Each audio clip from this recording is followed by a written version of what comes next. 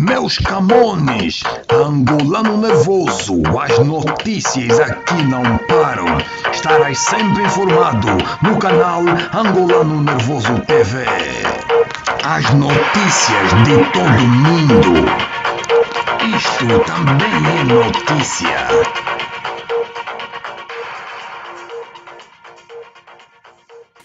É nosso convidado Jorge Costa, deputado do Bloco de Esquerda e coautor do livro Os Donos Angolanos de Portugal, este livro que está aqui na minha mão e que foi lançado no ano de 2014. Já lá vão, portanto. Jorge Costa, sim. Boa noite. 5 anos, quase 6.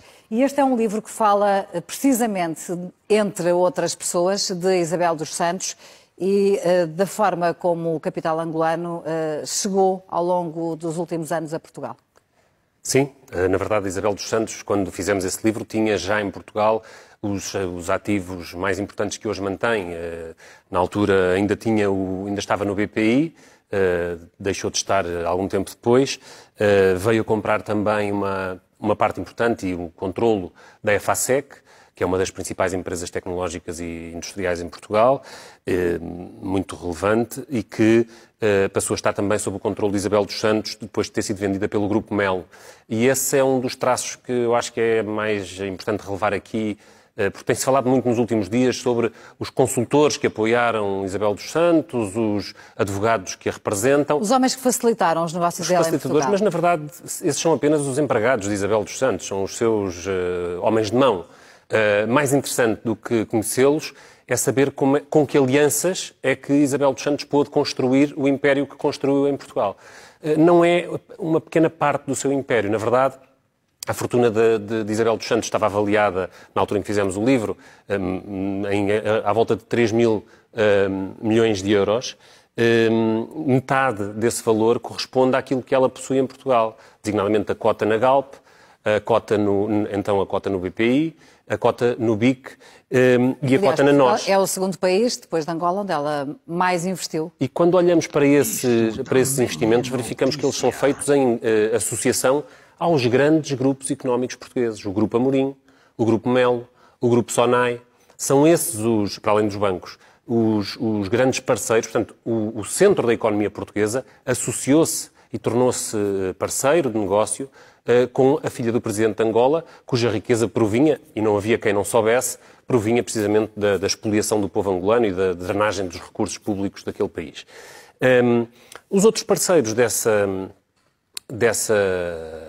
entrada, digamos, os outros facilitadores da entrada de Isabel dos Santos na economia portuguesa com este peso foram os responsáveis políticos, propriamente ditos, que os promoveram, os governos sucessivamente, ao longo do tempo. Desde o tempo de Durão Barroso, eu recordo-me de ver a reportagem da presença de Durão Barroso no casamento de uma das filhas de José Eduardo dos Santos, quando era primeiro-ministro, já em 2003. Ele foi um dos grandes impulsionadores da entrada do capital angolano em Portugal e da participação das instituições bancárias portuguesas na constituição, na bancarização de Angola, porque tinha um sistema bancário ainda muito incipiente e foram os bancos portugueses... Mas a verdade é que desde aí Portugal precisou sempre de investimento estrangeiro e, portanto, o parceiro angolano foi sempre acarinhado. Sim, não foi só Durão Barroso. Mas percebemos... Podemos dizer que foram todos os governos, desde Durão Barroso até agora, pelo menos? Quando olhamos para os ministros, por exemplo, no caso dos governos de Durão Barroso, o Ministro dos Negócios Estrangeiros, António Monteiro. Depois dele, o Ministro dos Negócios Estrangeiros, Martins da Cruz. Ambos saem do Ministério dos Negócios Estrangeiros para responsabilidades em empresas dominadas pelo capital angolano.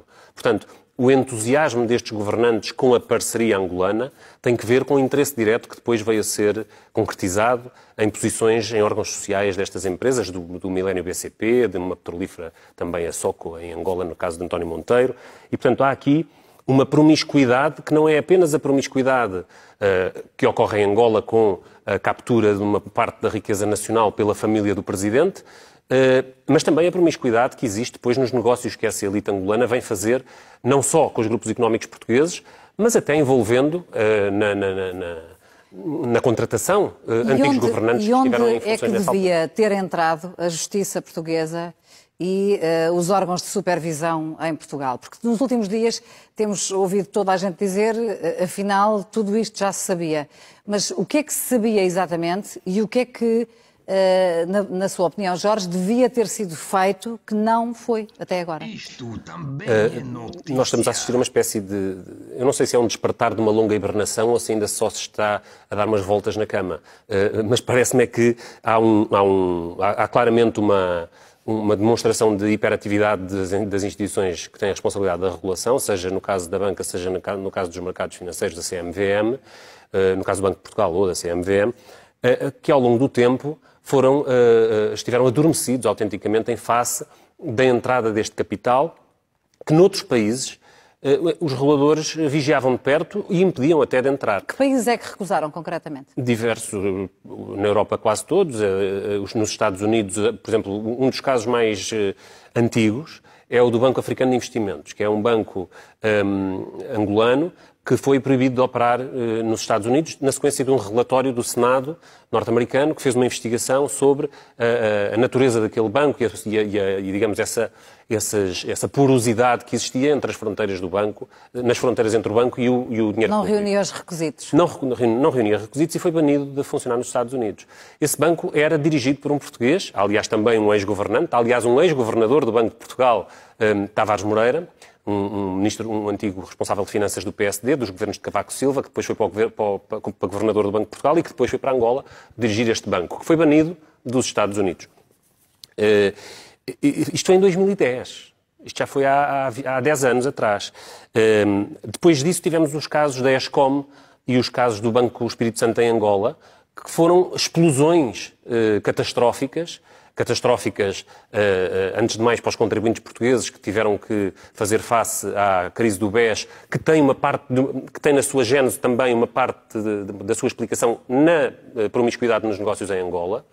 Por um lado, pela gestão que foi feita do Banco Espírito Santo em Angola, de onde saíam caminhões de notas, segundo as notícias, mas também da forma como a Escom, enquanto parte do Grupo Espírito Santo, baseada em Angola, que era um dos principais intervenientes na economia angolana em termos da construção de infraestruturas, do transporte aéreo, de uma série de serviços que eram prestados por essa empresa, que era das maiores de Angola, e que servia como porta giratória dos negócios que o Banco Espírito Santo tinha necessidade de fazer de forma mais oculta. Lembremos-nos do caso dos submarinos e de qual foi o pipeline por onde passou o dinheiro da corrupção. Nessa altura foi precisamente pela Escom, foi precisamente por Angola, pelo comendador condecorado por Cavaco Silva, Helder Batalha. Mas as autoridades portuguesas, sejam elas de supervisão ou a justiça, não agiram porque estavam distraídas, porque, na verdade, o que várias pessoas têm dito, nomeadamente Ana Gomes e outras pessoas, é que essas provas, essas denúncias chegaram onde tinham que chegar, à CMVM ou até à Procuradoria-Geral da República. Sim, chegaram, mas o problema é que a pressão económica e até a pressão política foram muito fortes para que fossem encontradas sempre saídas benignas para o poder angolano. Nós, quando nos lembramos do caso de Orlando Figueira no BCP, um juiz que acompanhou diversos casos relativos a interesses angolanos que estavam em causa na justiça portuguesa, quando sai de funções, é contratado, aliás, ele sai de funções porque é contratado pelo Banco Comercial Português, precisamente quando a Sonangol toma conta do banco, e através, enfim, depois, entretanto, na Justiça correu e foi condenado precisamente por ter sido corrompido por Manuel Vicente, o vice-presidente da Sonangol, através de uma empresa de uma empresa ligada ao universo da Sonangol. Esse caso, que durou muito tempo, foi classificado pelo nosso primeiro-ministro como um irritante das relações bilaterais com Angola e acabou por ter o encaminhamento que o governo de Angola sempre exigiu, que foi a transferência do processo para a justiça angolana, e vemos Manuel Vicente a viver tranquilamente a sua vida. Que, segundo Isabel dos Santos, é o homem na origem disto tudo. A versão que ela tem, ou a justificação, ou a explicação que encontra para o Luanda Leaks e para a denúncia destes escândalos, é que terá descoberto os esquemas que Manuel Vicente montou na Sonangol, antes dela lá chegar. Vamos ver. Algumas das coisas que Isabel dos Santos, se é ela que está a divulgar esta informação, e parece ser, algumas dos elementos que estão a ser divulgados são muito antigos e conhecidos. O papel desta pequena Sonangol chinesa que foi montada por Manuel Vicente em ligação com setores do poder do Partido Comunista da China e de empresas privadas chinesas e que funcionava como um triângulo para branqueamento de capitais, para investimentos paralelos. Na verdade, é uma espécie de Sonangol privada de Manuel Vicente a funcionar ali. Tudo isto é público. A revista Economist escreveu reportagens completas acerca do funcionamento deste grupo e acerca da sua existência. Há vários relatórios que já há mais de 5 anos divulgam. Aliás, no nosso livro essa história também era contada. E, portanto, o que é que acontece? Hoje a roupa suja está na máquina. E vai estar muito a mais, imagino eu, porque neste conflito Isabel dos Santos certamente que tem muita informação sobre a forma como a cleptocracia angolana, no seu todo, da qual ela era o elemento principal, mas provavelmente não, seria o elemento principal, mas longe de ser o único. Isto também Quando nos lembramos do papel de Manuel Vicente, quando nos lembramos do papel do general Copelipa, são todos altos responsáveis do regime angolano, que acumularam e que se transformaram em grandes investidores internacionais sem que tivessem tido nenhuma fonte de riqueza que não fosse a expoliação do erário público. Francisco Louçã, que é de resto um dos coautores deste vosso livro, Os Donos Angolanos em Portugal, escreveu, creio que ontem ou hoje, uma frase que dizia, ou no título de um artigo, era: o dominó angolano ainda não começou a cair. É isso, Jorge, que espera ver acontecer, que a partir de agora este caso funcione, digamos assim, como uma bola de neve e que se descubra realmente aquilo que tem acontecido nas últimas décadas em Angola e a forma como o dinheiro foi utilizado e canalizado por outros países. Vamos ver como é que as coisas se vão passar. Naturalmente que Angola está a passar por uma transição política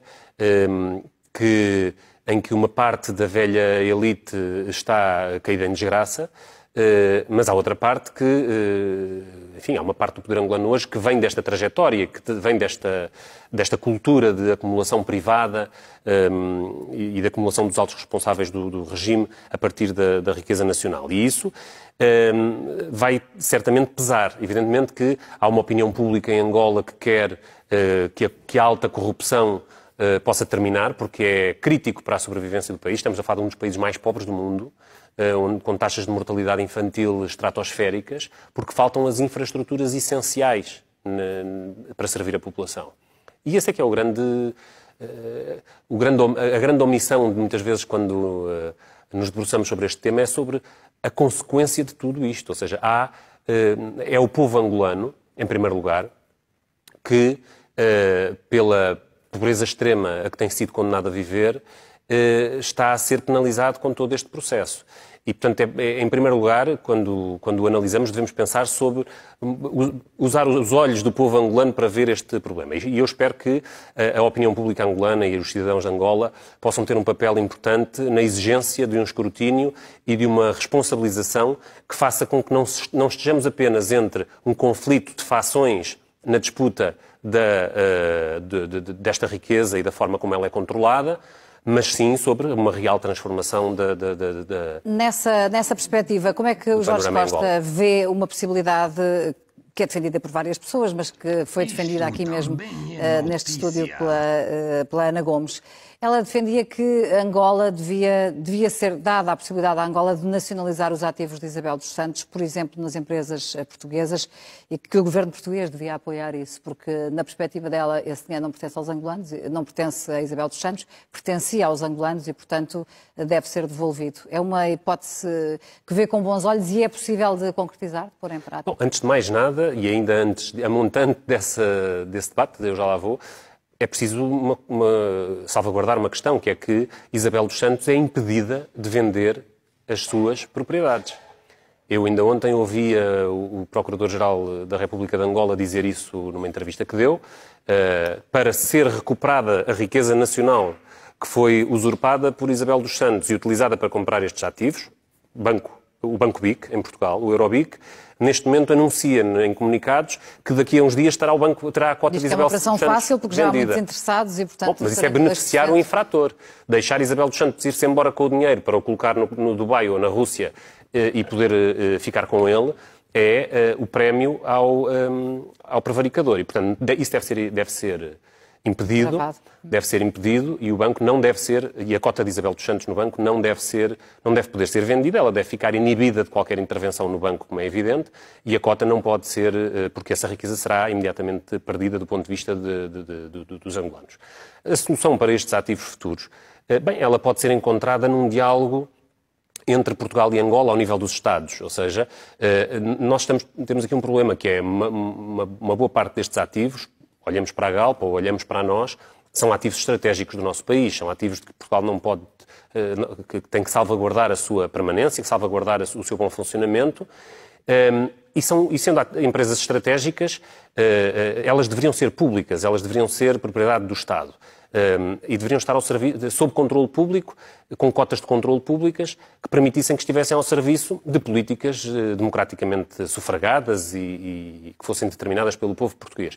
E, portanto, algumas destas empresas deveriam ser recuperadas por Portugal, evidentemente de forma acordada com o Estado angolano, com Angola, até porque, como é evidente, este dinheiro que foi aplicado nestas empresas veio da riqueza angolana, veio da riqueza do petróleo angolano, que pertence ao povo de Angola. E, portanto, há aqui interesses que são diferentes. O interesse do povo angolano de recuperar a riqueza que foi roubada por esta elite, o interesse do povo português de recuperar o controle de empresas que deveriam ser públicas e que em má hora foram privatizadas, e a forma de lidar agora com estes ativos que pertenceram, ou que ainda pertencem, mas que devem deixar de pertencer a Isabel dos Santos. Eu penso que a forma de lidar com eles deve ser o resultado de um diálogo transparente e focado no interesse público que deve existir entre o Estado português e o Estado de Angola. Obrigada, Jorge Costa, por ter vindo esta noite à 21ª hora. Muito Boa noite e obrigada.